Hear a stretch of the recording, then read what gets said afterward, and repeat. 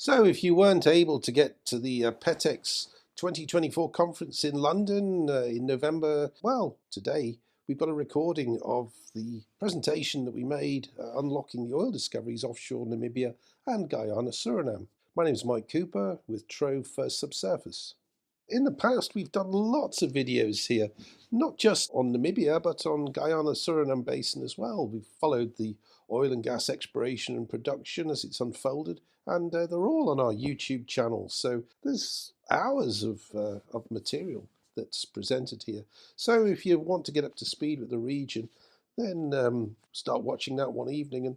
And if you're struggling getting to sleep, well, these will help. The map on the left shows, well, kind of life before the Graph and Venus discoveries that set off the entire Orange Basin success story, which we're reading about, every day, and it's developing very, very quickly. But here you can see these are the well base map for Namibia, and this is prior to the drilling of Graph and Venus. And we reckon that there were sort of 12 offshore exploration wells, 3 coastal wells, and there were at least 11 DSDP, ODP, that's the research boreholes that were drilled. Now, the continental shelf for Namibia is some 1,600 kilometers long, so that's about one well for 60 kilometers. Now, very few of the tests were actually deep tests, so all the research boreholes very, very shallow, and they weren't targeting petroleum prospects. Some of the wells, like for example Wingat 1, had some good shows, some source rocks that were mature and oil prone. So they're kind of, it took some 23 wells, or 26 wells, to really start to prove that there was a petroleum system in this region.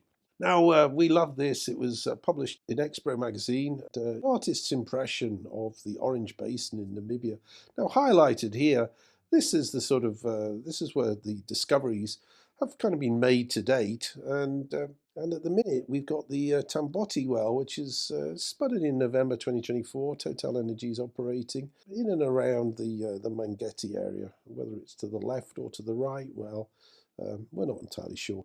If we look at the play elements, and this is a kind of high level sort of overview, kind of looking at seals, well, in the Orange Basin, we see it's a very mudstone-rich sedimentary pile, lots of shale.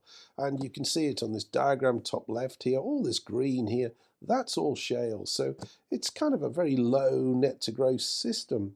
In the one section here, which is basically coming from Moosehead down to the south into the Saturn turbidite complex, which is yet to be drilled, but this is the opportunity, and you can see a significant thickening of this section, and this is indeed the section that contained high quality source rocks at an early mature level in the Moosehead 1. And of course we're going a little deeper, perhaps more mature. If this model is correct, then we've got this turbidite fan basically encased within source rock with a good top seal and base seal, and it can be charged directly from this mature source rock. So certainly a well that we're keen to see the results of, and we'll be monitoring it very closely. Now, looking at trap, well, many of the traps, they've been kind of stratigraphic traps, which are kind of difficult and subtle traps to identify. There is some regional dip reversal in some areas, and we're not kind of seeing too many structural traps that have been defined. Perhaps in the Sin Rift, we've got some structural traps. But if we look at the stratigraphic traps for deep water turbidite fan systems, well, we just typed in a search into Trove Global, and we asked it to find us any stratigraphic traps, deep water turbidite fan systems, and these are a listing here, and you can see that's just the A to G that we've come back with, and you can recognize many, many interesting discoveries from all around the world. There's over 590 analogues listed, so certainly some learnings to be made from studying some of the analogues. Now, if we look at the Trove database, and this is the sort of thing that we have for Kudu, for Wingat, for Ibobasi, to Moosehead. Some of these are kind of dry holes, and yet we've still got stacks of information just to be able to identify what's going on in these wells.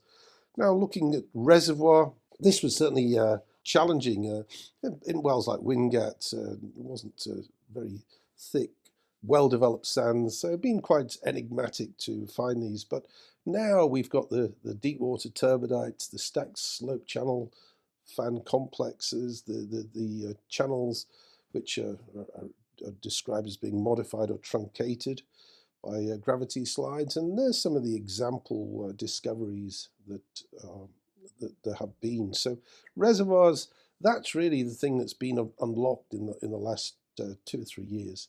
Reservoir imaging certainly has helped, and this is the Venus as a prospect prior to it being drilled, and you can see that the anomaly here, which is shown on this time slice, and here it is on the seismic line, it's over 600 square kilometers. So these are really sizable, and that's one of the things that that stratigraphic traps enable is they can be very sizable. Now, not all of this is necessarily going to be a big tank of sand, but certainly the anomaly, which is also not just a lithology one, but also believed to be an indication of some of the fluids, the hydrocarbon within the system.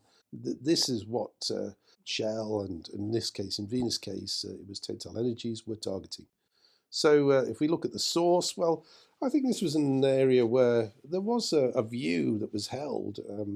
There was no open ocean south of the Walvis Ridge, and it was north of the Walvis Ridge where you had this sort of silled basin in the Cretaceous. But these source rocks kind of were developed. Now, south of there, in places like the Orange Basin, well, we believe that the Maastrichtian and also probably the Turonian, regionally immature, but the Aptian, organic-rich mudstones, they're regionally well developed, and locally they are mature. In addition, well, we'll see on the next slide, there are the Sin-Rift Lower Cretaceous lacustrine source rocks, likely to be mature where they're developed, but they're more localized in these small basins and less predictable. So again, looking at this cross-section here, this artist's impression, we can see the Maastrichtian generally hasn't been buried very far. Turonian certainly is buried further, and you can see all those gravity slides above it and all those thrust slices. But the Turonian's probably not mature in too many areas. But it's the Aptian that certainly in some regions looks like it's got into the ore window, and that's the source rock, the mature source rock that's led to the recent discoveries in the Orange Basin. The Sin-Rift, as we've talked about, you know, these little Sin-Rift basins are sort of more localized, but where they are, because they're deeper, because they're older, it's likely that any low Cretaceous lacustrine source rocks are indeed mature, and in fact are considered to be the source of the Kudu gas find.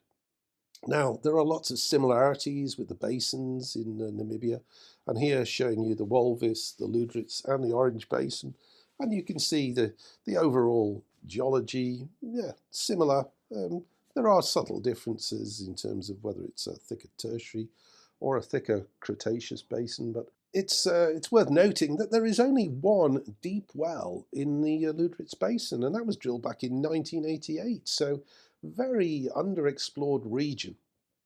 Now, there's a seismic line, and again, it shows some of the differences in the timing of these, the accommodation space for these basins and the fill that goes in there. So, Lüderitz a thicker tertiary than the Orange Basin, where we could see a much thicker Cretaceous sequence.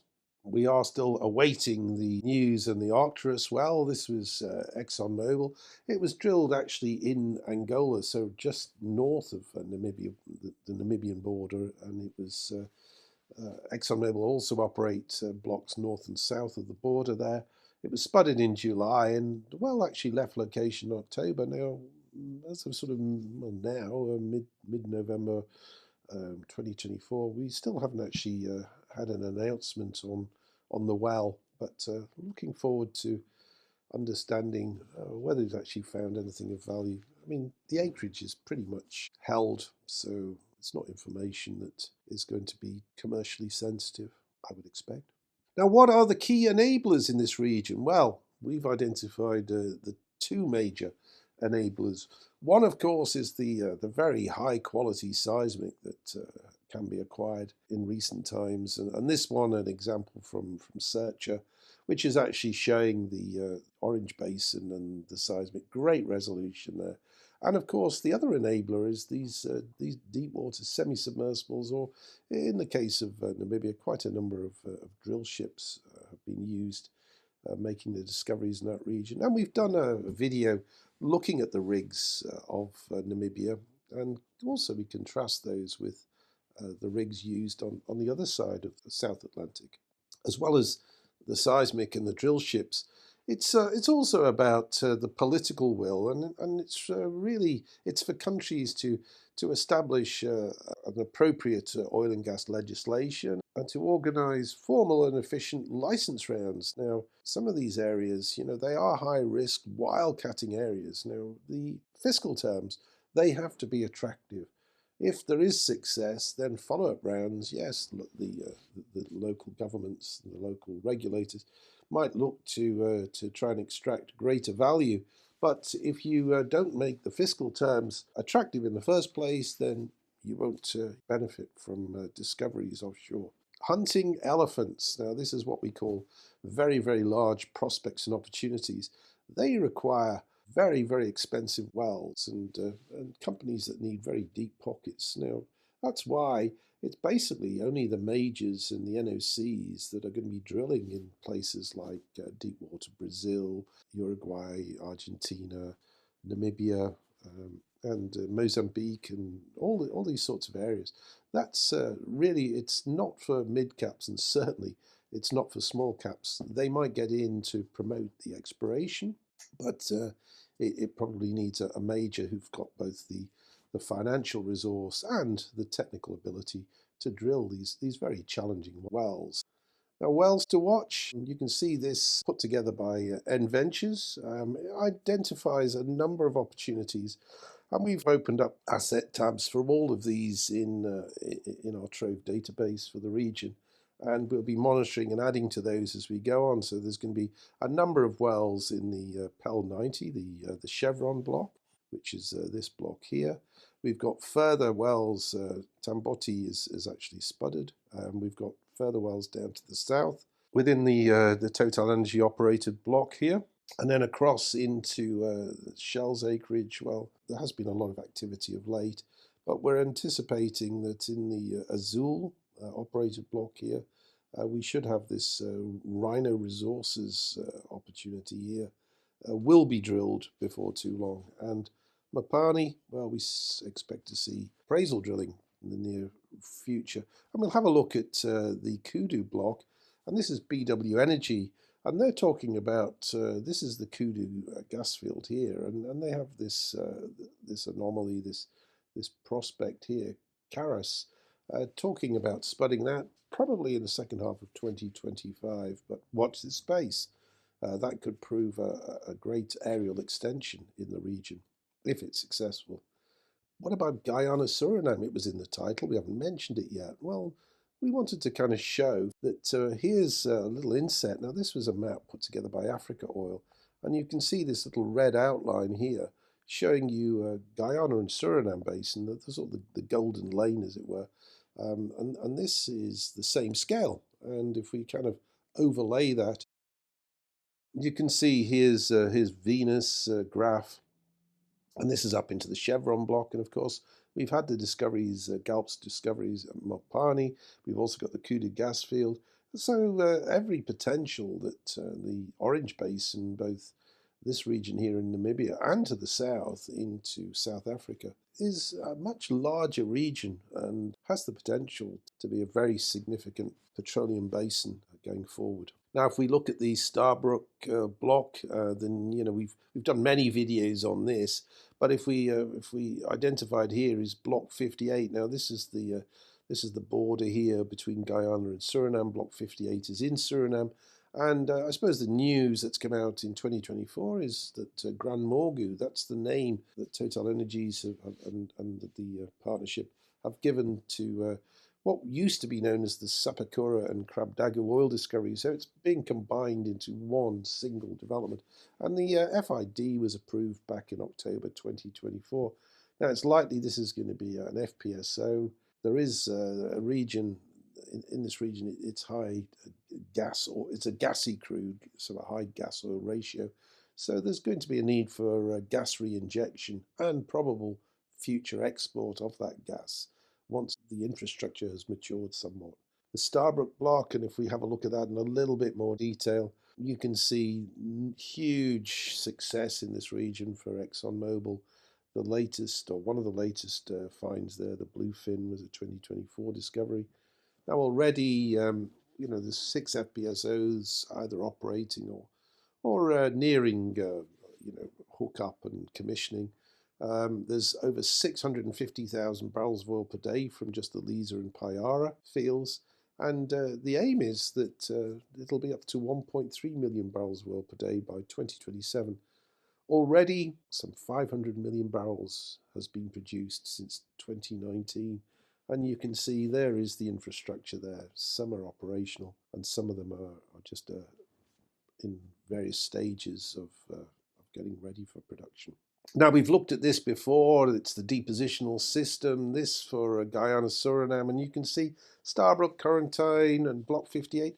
They're all down in this region. And when we looked at the Orange Basin or offshore Namibia, there were a number of dry holes, and that indeed is also the case for offshore Guyana and offshore Suriname. A number of wells were drilled up here on the shelf, but the big difference is that onshore, just onshore, we had the Tambarejo and Calcutta oil fields. Now these are huge finds, heavy oil, quite shallow. These have been sourced from mature Cretaceous source rocks offshore, and that the oil has migrated up and actually leaked pretty much almost out of the basin, but been trapped in features like this fault here has set up a trap that has captured that oil in the onshore coastal region. If we have a look, there is the Tabarejo field. You can see it's swamps. These are the waterways cut in for the drill sites, so the barges can actually go in there and drill and develop the wells. There's been a huge number of wells drilled in these regions. Pause the video if you want to have a look at this this diagram here. It shows all the depositional systems, and it shows the sort of the basin floor fans and the proximal fans that we have associated with the plays in Starbrook and Block 58 and Corentyne. There's still lots of potential as we go towards shallower, more coastal regions, but as yet these have not been unlocked. So we have had a look before at the conjugate margin, and a slide done some 3 years ago showing the number of fields and discoveries, and you can see the numbers both for the West Africa side and for the Latin America or South America side. And you can see we've actually highlighted these by basins, so huge numbers of finds in Trinidad and Tobago, and obviously Guyana and Suriname. I mean, that was the number then, it's even higher now. But as we come on round here, not so much success on the Brazil side, whereas if we look at the Ivorian Tano Basin in Ghana, and you can see been great success in that region here. Niger Delta obviously is a little bit of an exception, and also the Cameroon Basin region. But then moving on down, we do see this sort of anomalous situation where we have Douala and Rio Muni Basin. We've got lots of discoveries here. Sergipe, yes, it's got some discoveries, but it's really when you look here, Gabon and Congo basins, they've been very, very prolific, whereas not so much on the conjugate margin on the other side. Go on down to Campos and Santos on the South American side, huge numbers of finds. And but on the Kwanza and Benguela side, not quite so much success to date. The Walvis Ridge, it was believed, open oceans, no anoxia, no source rocks developed, you're never going to find anything down here. Well, there have been significant discoveries in the Orange Basin, and we kind of knew that because in the Austral and Malvinas, Falklands basins, there had been numbers of finds here, and also around the corner in Bredasdorp, and again more recently into the Utanica Basin. We've had significant fields and discoveries in that region. So, there's certainly a lot of interest here in these basins south of the Walvis Ridge. Now, in total, there's over 1,100 discoveries and fields, and they're all catalogued and characterized in TROVE. So get in touch if you'd like to have that database with all that information at your fingertips. Now, just a reminder, this is the Punta del Este basin. This is offshore Uruguay. Only 2 wells have been drilled in that region, Lobo and Gaviotin, and they were quite relatively shallow water. None of these anomalies here that are shown on this line have actually been tested. Now, the only well to have been drilled is actually the Rhea 1. Was one of the deepest water penetrations. It was a world record at the time at 3,404 meter water depth, drilled by Total Energies. And you can see, although it went through about 2.5 kilometers of sediment, it only really just tickled the lower tertiary. It certainly didn't get anywhere near the Cretaceous section. So this is Pilatus Basin, and it's really the sort of getting this geometry right of where you can get the source rocks hot enough, deep enough, buried enough. Also where you can get the sands developed out distally, so winnowed across the shelf and then dropped down these canyons into the abyss. And possibly, with some sort of dip reversal going on, get these sands actually accumulating and dropping out quite quickly. So it's identifying these, that's the trick. Conjugate margin for the Guyana-Suriname region. Well, here's Guyana-Suriname. Here's all the fields and discoveries. This map from Envoy, and you can see, looking at the Demerara Plateau here, well, what's the conjugate, what's the other side of that? And you can see, well, it looks like it's Guinea-Bissau, it's somewhere sort of Sierra Leone. Yeah, so there's still areas here that there's lots of potential and lots of opportunity for further exploration and successes. So where else in Africa? Well, it's just getting the combination right of getting the source rocks into the oil window and having adjacent or nearby deep water submarine fans, basin floor fans, that it could be anywhere. Obviously, some of it is going to be quite a long way offshore into deep water, so these are going to be expensive wells to explore for. But it's looking at the sort of the paleogeography. Now, we know Africa is the largest continent, largest landmass on the planet. So there's been major drainage systems from some of these paleo rivers up and around the area. And if you can get those bringing sands into the deep and ultra deep water settings, they've barely been explored. So basins like Lüderitz, Namib, the Angosh, the Somalia even, there's also opportunities. Now, in some of these basins, the sweet spot, the golden lane, likely to be more restricted, but it's actually understanding these geometries and understanding the burial history and the thermal maturation of source rocks. That's going to be unlocking new opportunities in and around the Africa coast. So in summary, Guyana and Suriname are producing lots of oil, lots more to come, and more appraisal going on, lots of remaining potential. Namibia, by contrast, sort of earlier in the cycle, we've had the exploration wells, we've had the successes, we're seeing some appraisal right now, and it's likely that FID for Venus won't be too long away. That'll be perhaps the one of the major ones. The conjugate margin, well, over on the Latin America side, that really is wildcatting territory. Now, it took a lot of wells before the Orange Basin successes were unlocked in Namibia, so it's probably not going to be with the first 1 or 2 or 3 wells in Uruguay and Argentina. But, I think with every well, there's learnings to be made, fine-tune the model, understand the depositional history and the basin geometry. So yeah, watch this space.